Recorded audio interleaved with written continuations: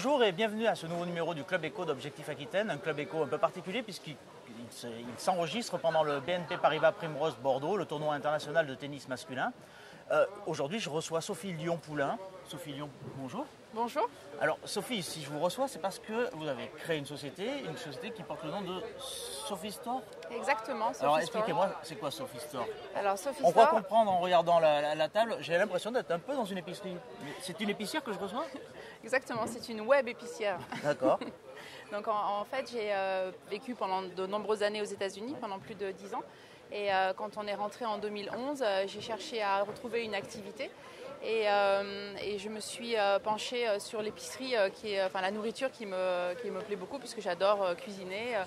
J'ai toujours aimé les beaux produits. Et donc l'idée a germé. Je me suis dit, je vais monter un site de vente en ligne de produits d'épicerie fine. Et très rapidement, je me suis rendu compte qu'il fallait que je donne plus que ça. Il fallait que j'amène aussi des produits vraiment du lifestyle en fait, américain et anglo-saxon. Oui, parce que ce ne sont pas des produits comme...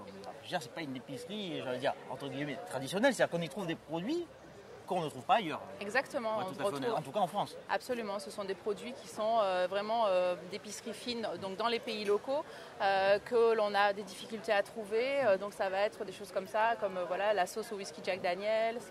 Ça va être des thés vraiment bio, des tisanes, du super ketchup, du vrai ketchup, des préparations pour faire soi-même des pancakes, des super shortbread qui viennent d'Écosse. Des décorations pour les pâtisseries qui sont très, très tendance en ce moment. On parle beaucoup de pâtisseries anglo-saxonnes.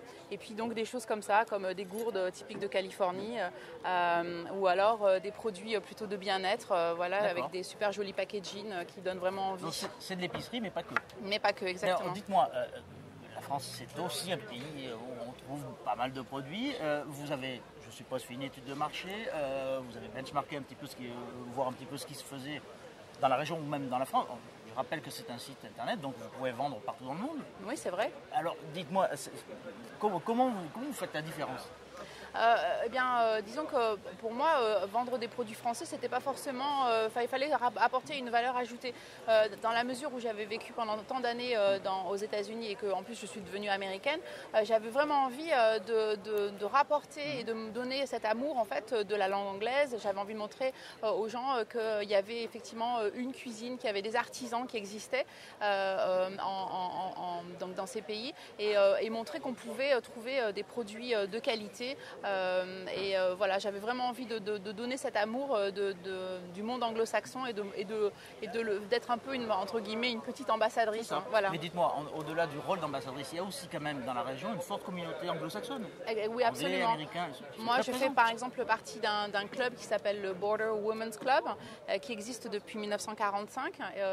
Cette année, par exemple, on a 200, presque, je crois que c'est 210 membres, avec 28 différentes nationalités.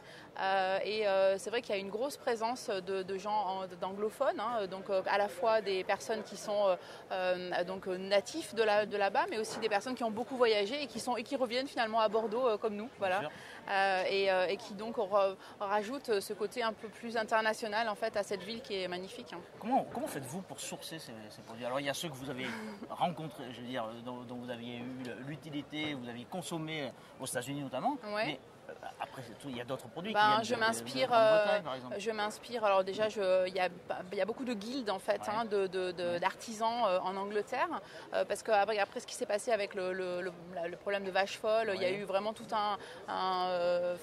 une politique. Ils ont vraiment voulu faire table rase, faire en sorte que vraiment des artisans de qualité. Revenir à la qualité. Aux États-Unis actuellement, il y a un gros mouvement pareil avec le Made in the USA, avec des artisans. Par exemple, il y a à Brooklyn tout un ensemble de personnes qui font que des produits vraiment artisanaux, pareil en Californie. Il y a une grosse tendance locavore aussi. Absolument, et donc du coup, je regarde, je lis beaucoup de blogs, je Et donc là, vous identifiez des produits que vous intégrez, que vous testez, je suppose que vous mettez sur le site, vous testez, vous voyez comment le public accueille ces produits. Voilà, et puis, au mois de janvier, je suis allée à une food fair en fait à San Francisco. Un salon, voilà. Et donc j'ai effectivement, je suis allée me promener, m'inspirer, on va voir ce qu'il y avait de nouveau. Je vais donc à différents salons de nourriture et des salons aussi de décoration pour essayer de trouver des produits un peu différents. Ouais. D'accord. Voilà. Mais dites-moi, comment dirais-je, c'est quoi le best-seller en fait de Sophie Store? Alors les best-sellers, sans aucun doute, ce sont les sauces, les sauces barbecue, parce que ça vient agrémenter les viandes.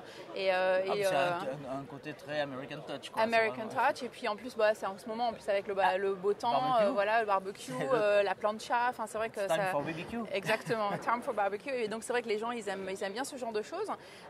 Et puis contrairement à ce qu'on pourrait croire, finalement, les Français, en fait, ils aiment explorer des choses différentes. Et pour eux, c'est une façon quelque part de voyager. Ils sont plus aventuriers du palais qu'on l'imagine. Finalement, alors c'est l'occasion de voyager sans prendre un billet d'avion.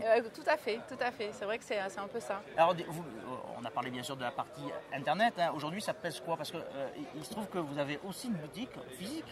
Oui, alors pas ouverte tout le temps. Voilà, c'est un showroom, voilà, donc que j'ai ouvert, et donc on peut effectivement venir voir, toucher, goûter les produits, sentir. Ouais. Tout à fait. Après, je fais aussi des ventes. Par exemple, là, ce week-end, je suis au Métalancé, donc c'est organisé par la ville de Talence. C'est une très jolie manifestation. Donc, je fais des petites manifestations comme ça. Cet été, je vais faire un festival de country music, le plus grand festival d'Europe. Il va y avoir quelques méga barbecues. Oui, absolument. Là, ça sera assez rigolo parce que c'est la première fois que je participe à ce genre de manifestation. Alors, on est dans la culture vraiment américaine. Ah oui, là, profonde, 100%, voilà, tout à fait. Et puis après, ça peut être aussi dans les comités d'entreprise. Je fais aussi des ventes privées. Enfin voilà, j'essaie d'être présente dans plusieurs endroits.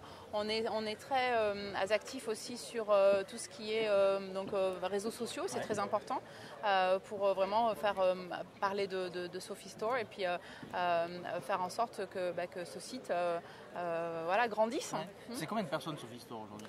Actuellement, c'est principalement moi, et puis après j'ai toute une équipe d'étudiants qui m'aident. J'en ai en fait au total aujourd'hui j'en ai 5. Ah oui, quand même. Oui. Donc, une task force autour de Sophie Store. Écoutez, j'essaie de faire en sorte. Moi, je crois vraiment à ce partenariat avec les jeunes. Pendant pas mal de temps, j'ai donné des cours dans une école de commerce, d'anglais, dans une école Altea Formation. Et c'est vrai que pour moi, c'est important de donner cette chance, de leur chance à ces jeunes, de leur donner une opportunité d'avoir beaucoup de responsabilités, parce que moi, quand on fait des stages chez moi, on travaille, on fait plein de choses. Et donc, je trouve que c'est vraiment l'idéal de profiter à la fois de l'expérience et en même temps des responsabilités.